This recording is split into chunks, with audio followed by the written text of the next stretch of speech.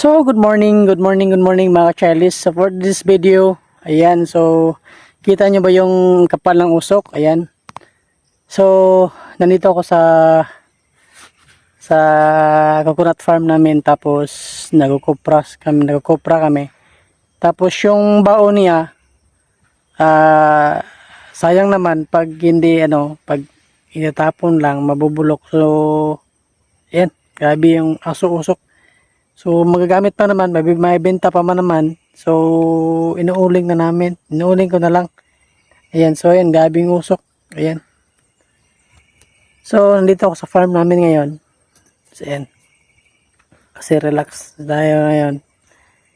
So merong mga ganito, mga baon ng niyog.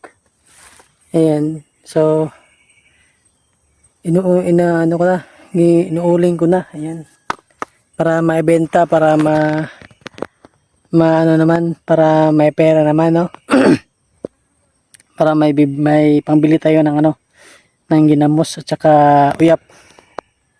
Ayan, so dito lang sa Bukid Macacharles, sa probinsya, pag masipag ka lang, hindi ka mawawala ng pera pag masipag ka lang. Pag hindi ka masipag, so ayan, wala, ubos lahat ng pera mo, wala ka ng pambili. So ayan, so ito magamit pa yan, siya, kita nyo yung baon na yan, yan, ang usok na yan, ayan, ayan, so ayan, so ito yung kamay ng mahirap mga Charlies. Ayan, so akala nyo rich kid ako, hindi, putaka lang mo, ako, mahirap lang kami. Ayan, so ayan yung sa likuran ko, yan yung puno ng goma, rubber tree. So ayan, tas ito dito. Ayan, grabe yung usok mga Charlies.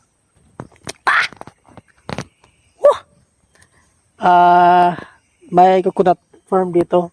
Ayan, coconut at saka dito.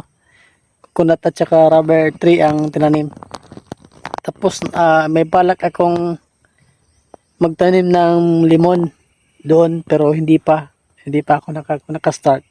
Ay, grabe yung usok.